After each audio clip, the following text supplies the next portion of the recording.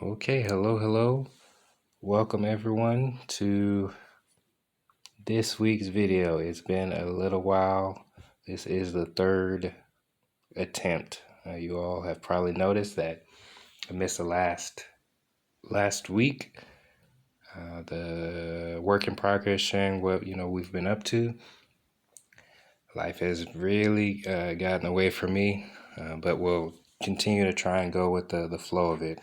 Things don't always go as we plan, but Lord permits, I will try my best to give you guys updates, whether it's through the newsletter link below or through these videos. The schedule is, hopefully settles down. I get a better flow.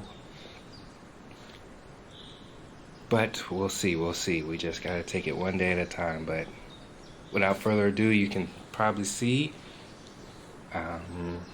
the process of, very, very beginning. I think this was early February of just creating textures. I believe we started with adding a little bit more contrast, graphite hatching, cross hatching, a little bit more detail to the base Zapdos study.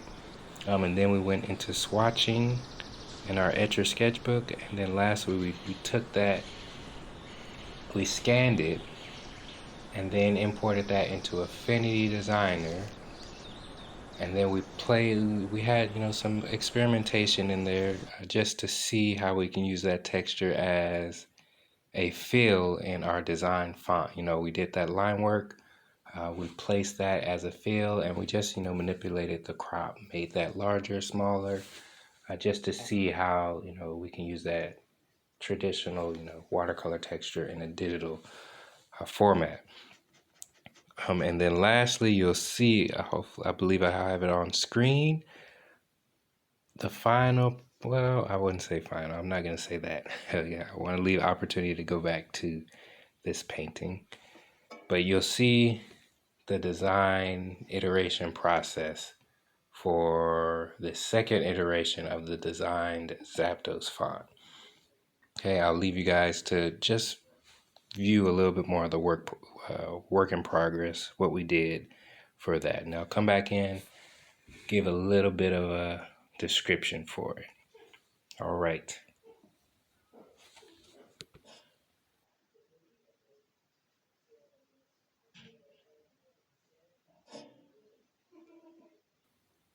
Texture study, looking at, especially with this last iteration, second iteration, how to go back in, refine, use what we, learned from our first design font iteration, all those textures, see where we can improve, and then do that for the next attempt, this second attempt. So I used, did a very basic review of it, saw what I didn't like, say, I thought the first iteration was too muddy, too chaotic. It didn't have enough organization, and when I would use a paint marker, when I wouldn't use a paint marker, the line work. I used all the feedback that I was